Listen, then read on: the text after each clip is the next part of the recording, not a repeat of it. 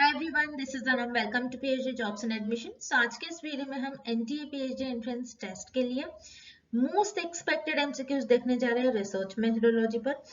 आज के लेक्चर में जो भी क्वेश्चंस हमने कवर कर रखा है ये काफी सारे पीएचडी एंट्रेंस टेस्ट में पूछे गए थे और उसी के साथ साथ ये एग्जामिनर के फेवरेट क्वेश्चंस होते हैं। बहुत इंपॉर्टेंट क्वेश्चंस है जो आपको ने जनरली इस क्वेश्चंस को कहीं देखा नहीं होगा। ऐसे कुछ क्वेश्चंस है तो ये यहाँ पर जो आज के इस लेक्चर में मैंने भी आपके साथ क्वेश्चंस डिस्कस करा है, इन डिटेल एक्सप्लेनेशन है उसका। और जिस भी क्वेश्चन में आपको डाउट है आप हमें कमेंट कर सकते हो। और उसी के साथ साथ जैसे कि आप सभी को पता है आपके एनटीए ने आपके पीएचडी एंट्रेंस एग्जामिनेशन की डेट्स को रिलीज कर दी है, जो कि है आपकी 26 to 31 ऑफ नवंबर अक्टूबर के बीच में आपका एग्जामिनेशन कंडक्ट करवाया जा रहा है। तो आपके पास अब से बहुत कम डेज रिमेनिंग है। तो इन 20 to 25 डेज में आपको किस तरीके से रिसर्च मेथोडोलॉजी की प्रिपरेशंस करने हैं, कहाँ से क्वेश्चंस पूछे जाने के चांसेस है, एग्जामिनर के फेवरेट क्वेश्चंस क्या होते हैं, कैसे क्वेश्चंस बनाए जाते हैं, किस तरीके के क्वेश्चंस लिए जाते हैं और क्वेश्चंस किन कॉन्सेप्ट पर बेस्ड बनाया जाता है। तो एग्जामिनर कैसे कैसे क्वेश्चंस बना सकते हैं, कहाँ से क्वेश्चंस आपको दे सकते हैं, ये सारी चीजें हमारे टीचर्स आपके साथ शेयर करते हैं फॉर रिसर्च मेथोडोलॉजी। तो मैं आपको बता दूं रिसर्च मेथोडोलॉजी की है हमारी टीम, आपके पास होने की गारंटी हम लेते हैं।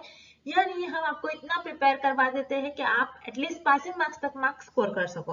तो अगर आप हमारा कोर्स परचेस करते हो तो आपको ये चिंता होने की बात नहीं है कि आप पास हो गए या फिर नहीं। तो हम 100% यहाँ पर गारंटी देते हैं हमारे कोर्स के लिए। अगर आप हमारा कोर्स लेते हो तो हम गारंटीड आपको एनटीए के पीएचडी टेस्ट में पास करवा देंगे।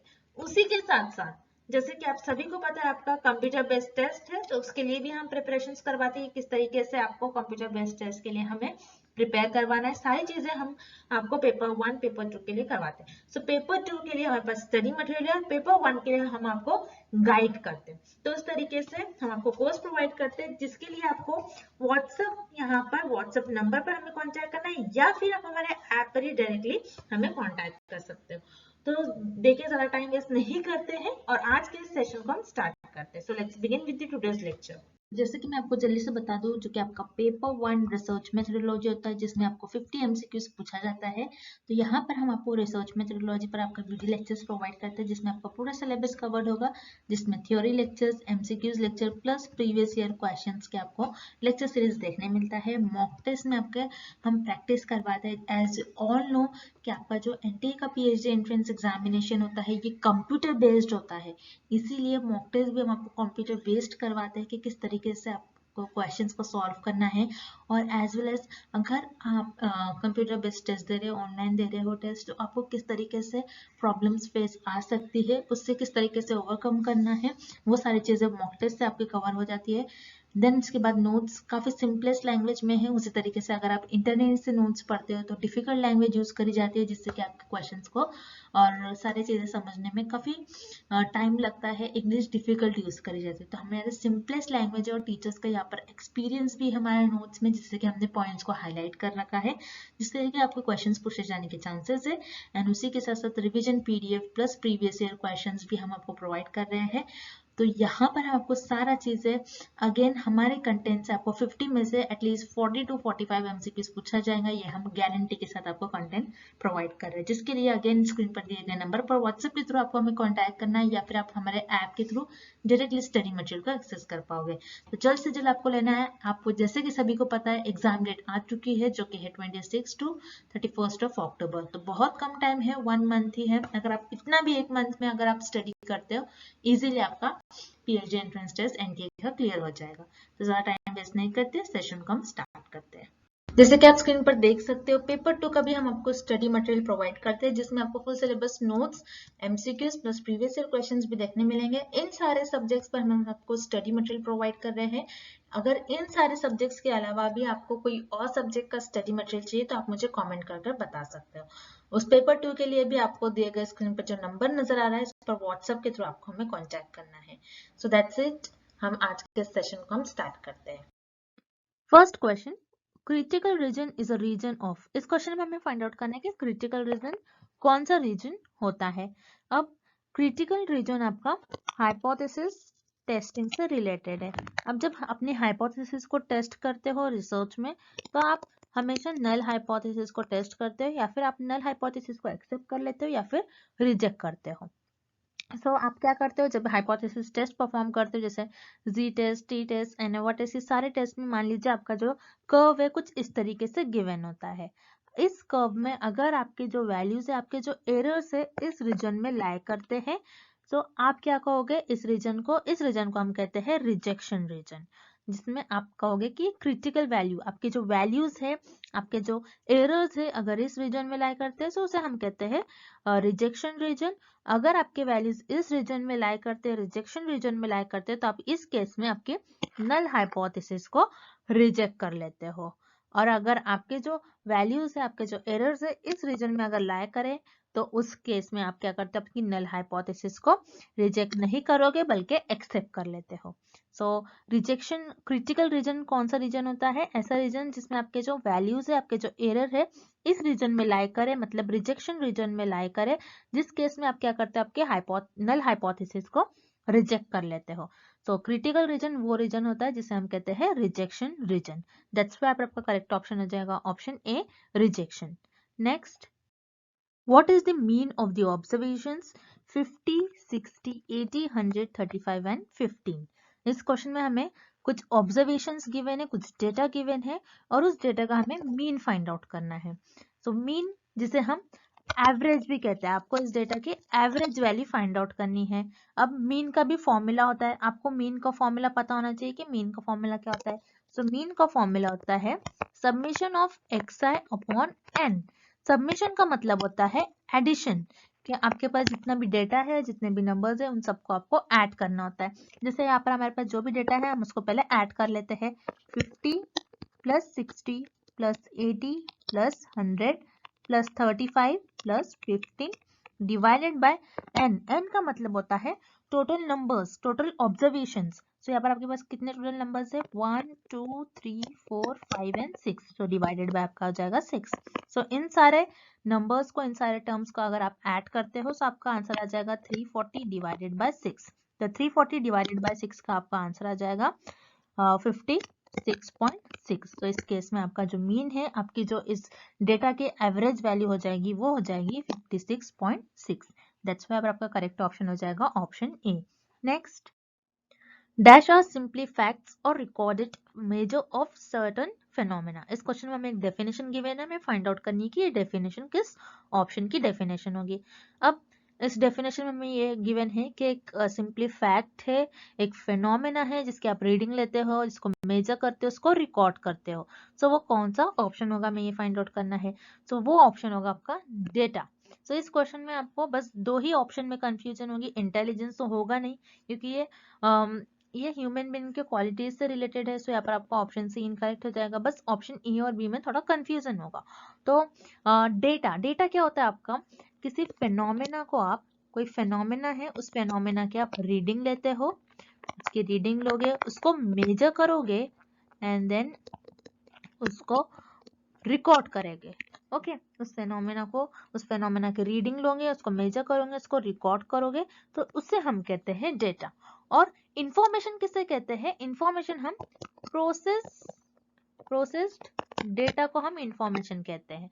अब प्रोसेस डेटा क्या होता है, जैसे आपने कहीं से इंफॉर्मेशन कलेक्ट कर ली, सॉरी कहीं से आपने डेटा कलेक्ट कर लिया, जैसे आपने सैंपल से डेटा कलेक्ट कर लिया, सैंपल से डेटा को कलेक्ट करने के बाद उस डेटा को आप प्रोसेस करोगे, मतलब उस डेटा में जो भी एरर्स है, जो भी रॉन्ग इंफॉर्मेशन है, उसको आप डिलीट कर दोगे, उसको आप डिलीट कर दोगे, जो भी एरर्स है, जो भी आपको इंफॉर्मेशन नहीं चाहिए उसको आप डिलीट कर दोगे, और उस प्रोसेस डेटा को हम कहते हैं इंफॉर्मेशन। सो इंफॉर्मेशन किसे कहते हैं, प्रोसेस डेटा। प्रोसेस डेटा को आप प्रोसेस करते हैं, उससे कुछ मीनिंगफुल स्टेटमेंट बनाते हैं, मीनिंगफुल कुछ थिंग्स बनाते हैं, उसे हम कहते हैं इंफॉर्मेशन। बट डेटा क्या होता है, डेटा एक ऐसा फेनोमेना होता है जिससे आप रीडिंग लेते हो, उसको मेजर करते हो, उसको रिकॉर्ड करते हो। सो इस क्वेश्चन का करेक्ट ऑप्शन हो जाएगा option B, data. Next, what is the median for the observations 34, 25, 33, 45 and 62?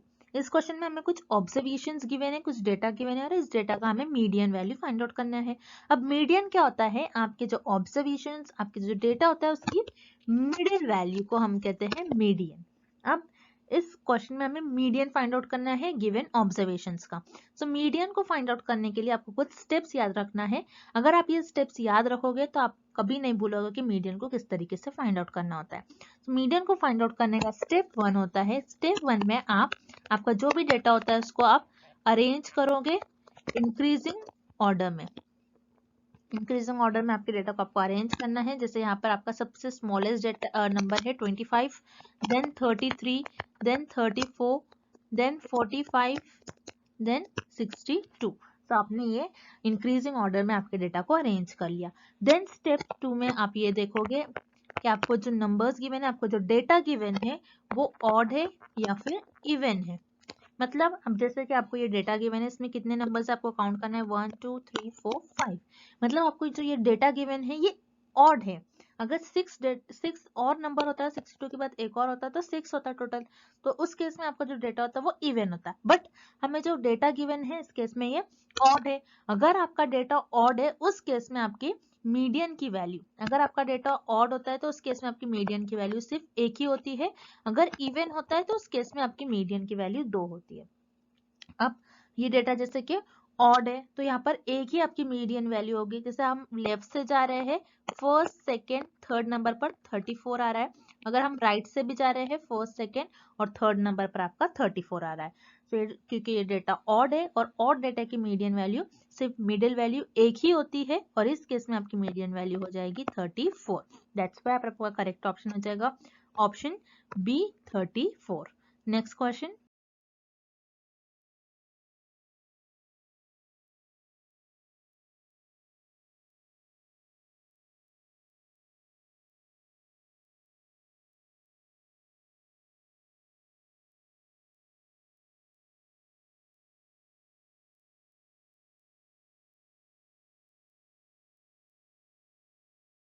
if mean and coefficient of variation of a set data is 10 and 5 respectively, then standard deviation is। इस question में हमें mean और coefficient of variance की value given है और हमें standard deviation की value find out करना है। सो इस केस में आपकी मीन की जो वैल्यू है वो है 10 एंड आपकी जो कोएफिशिएंट ऑफ वेरिएंस की वैल्यू जिसे हम CV लिखते हैं उसकी वैल्यू हो जाएगी आपकी 5। अब कोएफिशिएंट ऑफ वेरिएंस का आपका फॉर्मूला होता है सिग्मा अपॉन मीन। मीन को हम म्यू भी लिखते हैं, तो यहाँ पर हम म्यू लिखेंगे। सिग्मा होता है आपका स्टैंडर्ड डिविएशन, क्योंकि हमें स्टैंडर्ड डिविएशन फाइंड आउट करना है तो इसलिए हम क्या करेंगे, कोएफिशिएंट ऑफ वेरिएंस का फॉर्मूला लिखेंगे। कोएफिशिएंट ऑफ वेरिएंस का फॉर्मूला होता है सिग्मा अपॉन म्यू। सिग्मा का मतलब होता है स्टैंडर्ड डिविएशन एंड म्यू का मतलब होता है मीन। सो सिग्मा तो हमें फाइंड आउट करना है जो कि आपका स्टैंडर्ड डिविएशन है। म्यू की वैल्यू हमें गिवन है 10 एंड कोएफिशिएंट ऑफ वेरिएंस आपको गिवन है 5। सो इस केस में आपको क्रॉस मल्टीप्लाई करना है। So sigma is equal to 10 into 5। तो 10 इंटू 5 अगर आप करते हो तो आंसर आ जाएगा आपका 50। सो स्टैंडर्ड डिविएशन की आपकी वैल्यू आ जाएगी इस केस में 50। सो यहाँ पर आपका ऑप्शन भी करेक्ट हो जाएगा। Next, The test statistic to test for not normal population is। इस क्वेश्चन में हमें फाइंड आउट करना है अगर आप स्टैटिस्टिकल टेस्ट परफॉर्म कर रहे हो तो स्टैटिस्टिकल टेस्ट में कौन सा ऐसा टेस्ट होता है जिसमें आप अज्यूम करते हो कि आपकी जो पॉपुलेशन है वो नॉर्मल नहीं होगी। तो आपको याद रखना है जैसे कि हाइपोथेसिस में हम सिर्फ और सिर्फ नल हाइपोथेसिस को टेस्ट करते हैं या फिर आप नल हाइपोथेसिस को एक्सेप्ट करते हो या रिजेक्ट कर लेते हो। सो नल हाइपोथेसिस को हम टेस्ट करते हैं। सो नल हाइपोथेसिस को टेस्ट करने के लिए आप हाइपोथेसिस टेस्टिंग का यूज करते हो। सो हाइपोथेसिस टेस्टिंग में भी आप स्टैटिस्टिकल टेस्ट परफॉर्म करते हो। स्टैटिस्टिकल टेस्ट के 2 टाइप्स होते हैं आपका, एक होता है पैरामीट्रिक टेस्ट एंड दूसरा होता है non parametric test. Parametric test वो टेस्ट होते हैं जिसमें आप अज्यूम करते हो कि आपकी जो पॉपुलेशन है, आपके जो पॉपुलेशन का डिस्ट्रीब्यूशन है वो नॉर्मल होगा। आपकी पॉपुलेशन का डिस्ट्रीब्यूशन आप पैरामीट्रिक टेस्ट में अज्यूम करते हो कि नॉर्मल होगा और नॉन पैरामीट्रिक टेस्ट में आप ऐसा कोई अज्यूम नहीं करते हो। सो पैरामीट्रिक टेस्ट में आप अज्यूम करते हो कि आपकी जो पॉपुलेशन है उसका डिस्ट्रीब्यूशन नॉर्मल होगा। सो यहाँ पर आप पैरामीट्रिक टेस्ट में आपके कौन कौन से टेस्ट आ जाते हैं, एफ टेस्ट, आपको यहाँ पे देखना है, F test, ANOVA test, T test और जी टेस्ट भी आ जाता है। लेकिन नॉन पैरामीट्रिक टेस्ट में आपका आता है chi square test, U test and H test. So इस क्वेश्चन में भी हमें यही पूछ रहा है, ऐसा कौन सा स्टैटिस्टिकल टेस्ट है जिसमें आप कौन सा ऐसा टेस्ट यूज करते हो जिसमें आप ये अज्यूम नहीं करते हो कि आपके पॉपुलेशन का जो डिस्ट्रीब्यूशन है वो नॉर्मल नहीं होगा। सो वो सिर्फ और सिर्फ आप नॉन पैरामेट्रिक टेस्ट में यूज करते हो कि आपका जो पॉपुलेशन है, पॉपुलेशन का डिस्ट्रीब्यूशन नॉर्मल नहीं होगा। सो नॉन पैरामेट्रिक टेस्ट में आपका आता है test chi square test. So for this question option D here is the right answer, chi square test. So chi square test एक ऐसा स्टैटिस्टिकल टेस्ट है, स्टैटिस्टिकल टेस्ट में नॉन पैरामेट्रिक टेस्ट में आपका काई स्क्वायर टेस्ट आता है जिसमें आप अज्यूम करते हो कि आपकी जो पॉपुलेशन है, पॉपुलेशन का डिस्ट्रीब्यूशन नॉर्मल नहीं होता है। सो यहाँ पर आपका ऑप्शन डी करेक्ट हो जाएगा। Next, Which is the following is relative measure of dispersion? इस क्वेश्चन में हमें पूछ रहा है कि ऐसा कौन सा ऑप्शन है जो रिलेटिव मेजर ऑफ डिस्पर्जन है। मतलब ऐसा कौन सा ऑप्शन आपको ये बता रहा है कि आपका जो डेटा है किस तरीके से डिस्पर्स है, किस तरीके से स्प्रेड आउट है। ओके, अब वन बाय वन हम ऑप्शन देखते हैं। ऑप्शन ए स्टैंडर्ड डिविएशन, जैसे कि हमें पता है स्टैंडर्ड डिविएशन को हम सिग्मा से डिनोट करते हैं। उसी तरीके से वेरिएंस, वेरिएंस को भी हम सिग्मा स्क्वायर, वेरिएंस का फॉर्मूला होता है सिग्मा स्क्वायर। उसी तरीके से coefficient of variance, coefficient of variance का जैसे हमने अभी देखा फॉर्मूला सिग्मा अपॉन म्यू होता है। तो यहाँ पर सिग्मा का मतलब होता है स्टैंडर्ड डिविएशन एंड म्यू का मतलब होता है मीन। ओके, जैसे कि आप देख रहे हो स्टैंडर्ड डिविएशन और वेरिएंस ये दोनों की वैल्यू एब्सोल्यूट है। एब्सोल्यूट मतलब इसमें सिर्फ और सिर्फ सिग्मा है, यहाँ पर और कोई वैल्यूज नहीं है। लेकिन कोएफिशिएंट ऑफ वेरिएंस में आपका जो सिग्मा है, जो स्टैंडर्ड डिविएशन है, it is relative to mean, ये आपका मीन से रिलेटिव है। ओके, कोएफिशिएंट ऑफ वेरिएंस आपका एब्सोल्यूट नहीं होता है, कोएफिशिएंट ऑफ वेरिएंस आपका स्टैंडर्ड डिविएशन से रिलेटिव होता है, relative to mean. Okay, mean से रिलेटिव होता है। सो इसी क्वेश्चन में हमें पूछ रहा है relative measure of dispersion. Relative measure of dispersion आपका हो जाएगा कोएफिशिएंट ऑफ वेरिएंस। ये सारे भी आप मेजर कर सकते हो। डिस्पर्जन को मेजर करने के लिए आप standard deviation, variance, coefficient of variance, variation, ये तीनों भी यूज करते हो। बस इस क्वेश्चन में हमें पूछ रहा है relative measure of dispersion. Relative measure of dispersion में आपका हो जाएगा correct option coefficient of variance, because it is relative to mean. So आपका ऑप्शन सी करेक्ट हो गया।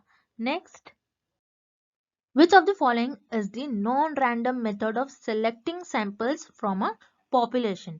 इस क्वेश्चन में हमें पूछ रहा है कि ऐसे कौन से सैम्पलिंग है, ऐसी कौन सी सैम्पलिंग टेक्निक है जिसमें आप पॉपुलेशन में से मेंबर्स को, पॉपुलेशन में से सैंपल्स को नॉन रैंडम मेथड से, नॉन रैंडम वे से सिलेक्ट करते हो। नॉन रैंडम मेथड मतलब क्या होता है, जिसमें आप रैंडमली पॉपुलेशन में से मेंबर्स को सिलेक्ट नहीं करोगे, बल्कि आप आपके कन्वीनियंस, पर्पस और जजमेंट के बेसिस पर से पॉपुलेशन में से सैंपल्स को सिलेक्ट कर लोगे। तो याद रखिएगा, जैसे प्रोबेबिलिटी सैंपलिंग, प्रोबेबिलिटी सैंपलिंग में आप रैंडमली पॉपुलेशन में से सैंपल्स को सिलेक्ट कर लेते हो। तो यहाँ पर प्रोबेबिलिटी सैंपलिंग के हमें कुछ टाइप्स गिवन है, जैसे simple, random, stratified and cluster. ये तीनों भी आपकी प्रोबेबिलिटी सैंपलिंग के टाइप्स होते हैं जिसमें आप पॉपुलेशन में से मेंबर्स को रैंडमली सिलेक्ट कर लेते हो। तो यहाँ पर आपका option A, option B and option D तीनों भी इनकरेक्ट हो जाएंगे। वेराज यहाँ पर आपका करेक्ट ऑप्शन हो जाएगा option C, quota sampling. Quota sampling ये आपकी नॉन प्रोबेबिलिटी सैंपलिंग का टाइप होती है, जिसमें आप आपके कन्वीनियंस, आपके पर्पस, आपके जजमेंट और नॉन रैंडम वे से पॉपुलेशन में से सैंपल्स को सिलेक्ट कर लेते हो। सो यहाँ पर आपका ऑप्शन सी करेक्ट हो जाएगा। अब कोटा सैंपलिंग में आप किस तरीके से पॉपुलेशन में से मेंबर्स को सिलेक्ट करते हो, आप हमें डायग्राम के थ्रू देखते हैं। सो ये आपकी हो जाएगी पॉपुलेशन। सो कोटा सैंपलिंग में आपके पास बहुत लार्ज अमाउंट में पॉपुलेशन होती है, और आपका कोटा सैंपलिंग में आप क्या करते हैं, आपके पर्पस, आपके कन्वीनियंस के बेसिस पर से पॉपुलेशन में से मेंबर्स को सिलेक्ट करते हो और नॉन रैंडम वे से, नॉन रैंडम मेथड यूज कर आप पॉपुलेशन में से सैंपल्स को सिलेक्ट कर लेते हो। जैसे इस पॉपुलेशन में मेन है, वीमेन है, तो सारे एज ग्रुप के लोग हैं। अब मुझे यहाँ पर स्टडी करना है, मेरा पर्पस ये है कि मुझे ऐसे मेल्स पर स्टडी करना है जिनकी एज अबव 40 है। तो मैं इस पॉपुलेशन में से सिर्फ और सिर्फ मेल्स को सिलेक्ट करने वाली हूँ, ये तो कंफर्म है, और ऐसे मेल्स जिनकी एज अबव 40 है। अब इसी के साथ साथ मैं ये भी देखूंगी कि मुझे किस पर्सन से, किस मेल से मुझे इंफॉर्मेशन मिल सकती है, मुझे डेटा मिल सकता है। सो मैं अपने पर्पस और अपने कन्वीनियंस के बेसिस पर से, अपने जजमेंट के बेसिस पर से इस मेंबर्स को सिलेक्ट कर लूंगी, इस मेंबर को सिलेक्ट कर लूंगी, इस मेंबर को सिलेक्ट कर लूंगी और इस मेंबर्स को सिलेक्ट कर लूंगी, और ये सारे मेरे सैंपल्स बन जाएंगे और इस सैंपल्स पर मैं अपनी स्टडी परफॉर्म करूंगी। तो आपको ये याद रखना है, ऐसी सैम्पलिंग मेथड जिसमें आप नॉन रैंडम वे से पॉपुलेशन में से सैंपल्स को सेलेक्ट करते हो, वो होती है आपकी कोटा सैम्पलिंग। दैट्स व्हाई पर आपका ऑप्शन सी करेक्ट हो जाएगा। Next, the standard deviation of a set of 50 observations is 8. If each observation is multiplied by 2, then the new value of standard deviation will be. So हमें इस question में standard deviation की values find out करनी है।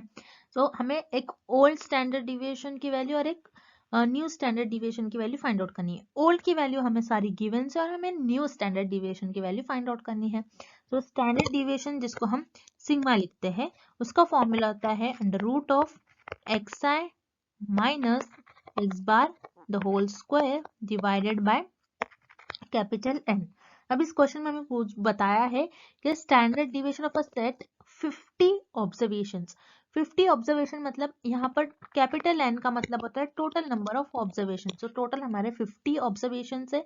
xi का मतलब होता है कितने ऑब्जर्वेशन है, और x बार का आपका मतलब होता है टोटल एवरेज ऑफ ऑब्जर्वेशन और ऑब्जर्वेशन का मीन।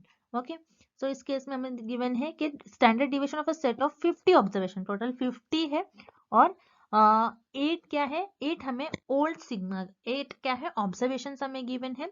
तो यहाँ पर ओल्ड सिग्मा आपका आ जाएगा सिग्मा ओल्ड 8। ओके, अब हमें ये दिया है सेकेंड, आपको बस ये अपने स्टेटमेंट, फर्स्ट स्टेटमेंट हमने सॉल्व कर लिया। अब सेकेंड स्टेटमेंट आपको गिवन है, if each observation is multiplied by 2, सारे ऑब्जर्वेशंस को हमने 2 से मल्टीप्लाई किया, then new value of standard deviation, नई वैल्यू क्या हो जाएंगे स्टैंडर्ड डिविएशन के, हमें ये फाइंड आउट करना है।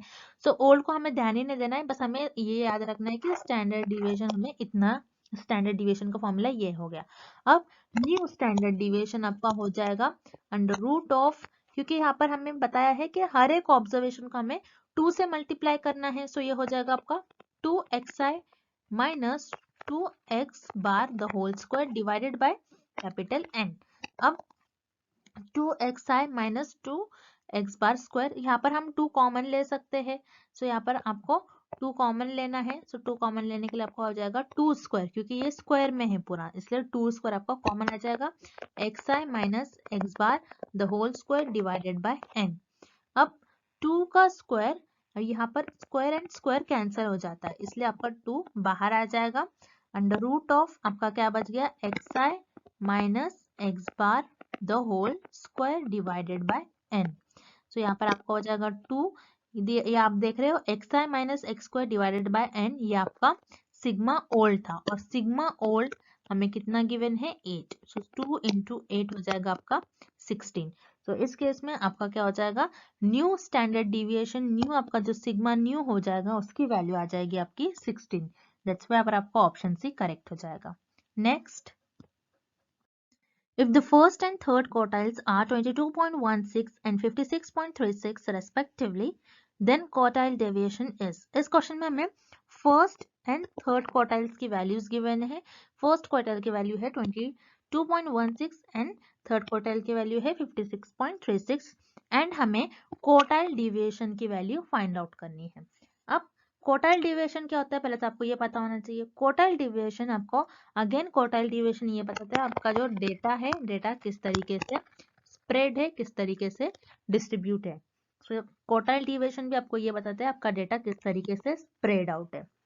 अब हमें इस क्वेश्चन में क्वार्टाइल डिविएशन की वैल्यू फाइंड आउट करनी है। सो क्वार्टाइल डिविएशन, क्वार्टाइल आपको नेम से मीनिंग पता होना चाहिए। क्वार्टाइल मतलब 4, मतलब आपका जो क्वार्टाइल डिविएशन होता है उसमें जो आपका डेटा होता है कुछ 4 पार्ट्स में डिवाइडेड होता है। आपका जो डेटा होता है 4 पार्ट्स में डिवाइडेड होगा, Q1, Q3 एंड Q4, इस तरीके से, sorry Q1, Q2 and Q3। अब आप जब भी क्वार्टाइल डिविएशन कैलकुलेट करते हो, क्वार्टाइल डिविएशन जिसे हम लिखते हैं QD, उसका फॉर्मूला होता है Q3 minus Q1 divided by 2। जैसे कि आप देख रहे हो यहाँ पर आपको फर्स्ट क्वार्टाइल मतलब Q1 की वैल्यू आपको गिवन है 22.16 एंड थर्ड क्वार्टाइल की वैल्यू गिवन है 56.36। सो हम इस फॉर्मूले में हम वैल्यू सब्स्टिट्यूट करेंगे। Q3 की वैल्यू आपकी है 56.36 माइनस Q1 की आपकी वैल्यू है 22.16 डिवाइडेड बाय 2। तो यहाँ पर आपको इसको सब्स्टिट्यूट करना है। सब्स्टिट्यूट करने के बाद आपकी वैल्यू आ जाएगी 34.2 डिवाइडेड बाय 2। तो 34.2 डिवाइडेड बाय 2 का आंसर आपका हो जाएगा 17.1। तो यहाँ पर आपकी जो क्वार्टाइल डिविएशन ये बताता है आपका जो डेटा है कितना स्प्रेड आउट है। सो इस केस में आपका जो डेटा है वो 17.1% स्प्रेड है। दैट्स वाई आपका करेक्ट ऑप्शन हो जाएगा option A 17.1। And thank you for watching this video.